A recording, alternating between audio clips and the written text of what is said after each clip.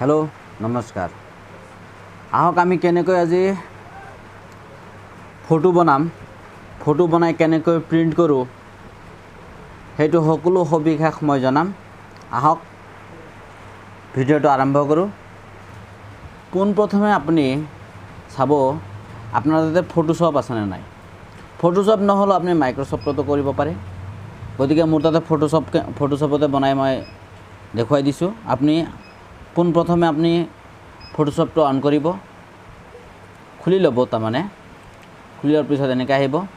আপুনি স্ক্ৰিনৰ পৰা এটা ফটো লৈ আহিব গতিকে মোৰ ফটোটো লৈ আহিছো এনেকে চাওক ফটোটো আনিছো এতিয়া আপুনি ফটোটো আনিলে এতিয়া কি কৰিব এই ফটোটো আপুনি সিলেক্ট কৰি লব লাগিব কোনখিনি ক্ৰপ কৰিব কোনখিনি কাটি কোনখিনি ফটো বনাব গতিকে কাটাৰ পিছত আপুনি এই ফটোখন কপি কেনেকৈ বনাব এটা পেজ বনাই লব A4 বনাই নে 4:6 বনাব সকলো বনাব পাৰিব গতিকে মই A4 বনাইছো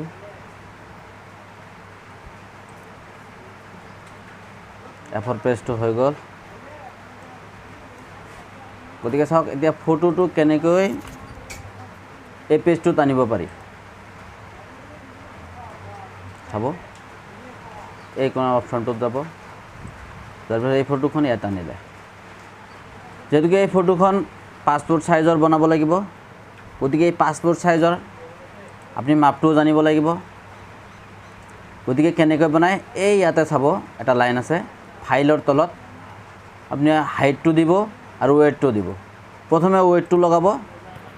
3.00 তাৰ পিছত আপুনি হাইটটো দিব 3.50 হৈ গল ফটো পাসপোৰ্ট সাইজৰ ফটো গতিকে এই ফটোখন এটাহে বনালে আপোনাৰ লাগে 6 কপি গতিকে আপুনি 6 কপি কেনেকৈ বনাব আপুনি এতিয়া যাব লাগে কিবোৰ্ডত আপুনি এই কন্ট্ৰোল A L T আৰু মাউসৰ আপুনি লেফট ক্লিকটো ধৰিব লাগিব তাৰ পিছত এটাকে ক্লিক কৰিব আৰু এটাকে এৰি দিব দেৰ পিছে 6 কপি যেতিয়া হৈ যাব তেতিয়া আপুনি এৰি দিব মই আপোনালোকক বনাই দেখুৱাই আছো চাব হৈ গল আপোনাৰ 6 কপি এতিয়া এই ফটোখন 6 কপিটো হলে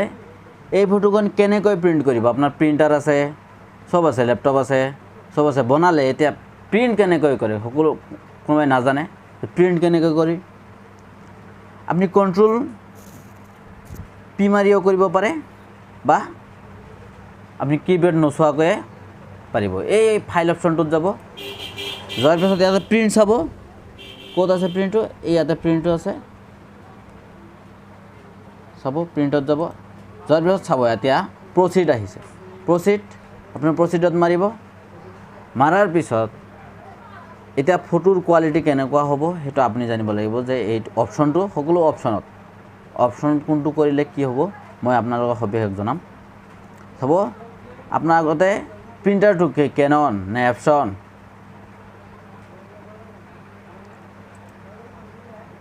নে মাইক্ৰো নে অন্য কিবা বহুতো কোম্পানী নাম আছে গতিকে আপোনাৰ প্ৰিন্টাৰটো যদি ক্যানন হয় ইয়াতে ক্যানন থাকিব যদি এপসন হয় আৰু আকৌ ক্যাননৰ ভিতৰত 380 আছে 3 কি বহুত নাম্বাৰ আছে আৰু এপসনৰ মাজত আছে 380 331 এনেকুৱা আছে মোৰ যেহেতু প্ৰিন্টাৰটো 380 তো গতিকে মই 380 তে সিলেক্ট কৰি লৈছো এতিয়া কি কৰিব ডাইৰেক্ট ওকে মাৰিলে নহব গতিকে ওকে মাৰিলে আকৌ ফটোৰ বেয়াৰ ফালে যাব গতিকে আপুনি প্ৰপাৰ্টিছত যাওক ফটোখন সুন্দৰ কৰিবলৈ হলে এই ডকুমেন্ট সাইজ পেপাৰটো আপুনি সাইজ কি কৰিছিলে A4 নকৰিলেও হ'ব আপনি A4 সাইজটো কৰি লওক এতিয়া পোৰ্ট্ৰেট এটো ঠিক আছে আপনি যেহেতু ল্যান্ডস্কেপ কৰা নাই পথালিকে কৰা নাই আপনি দীঘলকৈ কৰিছে গতিকে পোৰ্ট্ৰেটে থাকিব ইয়াতে তাৰ পিছত আপোনাৰ এই যে পেপাৰ টাইপ পেপাৰ টাইপটোত আপুনি প্লেন পেপাৰ দিলে ফটোটো ভাল নহ'ব। গতিকে আপুনি অপশ্যন মেট কৰি দিব পাৰে, অন্য কিবা কৰি দিব পাৰে। কোৱালিটিটো আপোনাৰ ষ্টেণ্ডাৰ্ডো কৰি দিব পাৰে, হাইও কৰি দিব পাৰে। হাই কৰি দিলে বেছি ভাল হ'ব, ষ্টেণ্ডাৰ্ড কৰি দিলে তথাপিও ভাল হ'ব। নতুন প্ৰিণ্টাৰ হ'লেতো আৰু ভাল, আপোনাৰ হাই কৰি দিব নালাগে, আপুনি ষ্টেণ্ডাৰ্ডে কৰি দিলোঁ। এই গ্লেজ চাব, কালাৰটো গ্লেজিয়া কৰি নিদিব, আপুনি কালাৰে কৰি দিব। গ্লেজিয়া কৰি দিলে আকৌ আপোনাৰ জেৰেক্সৰ নিচিনা হৈ যাব। গতিকে হ'ল এইখিনি কাম। আপুনি ডাইৰেক্ট এতিয়া ভাবিব যে অ'কে মাৰি দিওঁ, অ'কে মাৰিলে ফটো ভাল নাহে। গতিকে আপুনি আৰু এটা অপশ্যন আছে ইয়াতে, আপুনি এই মোৰ অপশ্যনত যাব লাগিব। যোৱাৰ লগে লগে চাব আপুনি পেপাৰটো ঠিকেই আছে, PDF এইটো ঠিকেই থাকিব, অট'মেটিক এইটো ঠিকেই থাকিব, কোনো চেঞ্জ কৰিব নালাগে। আপুনি মাত্ৰ এই হাই স্পীডটো উঠাই দিব, কাম প্ৰায় শেষ। হাই স্পীডটো উঠাই দিব, হাই স্পীডটো উঠাই দি আপুনি এতিয়া অ'কে মাৰি দিব। অ'কে মাৰি দিলে লাষ্ট ক্লিক, আহি গ'ল ফটো।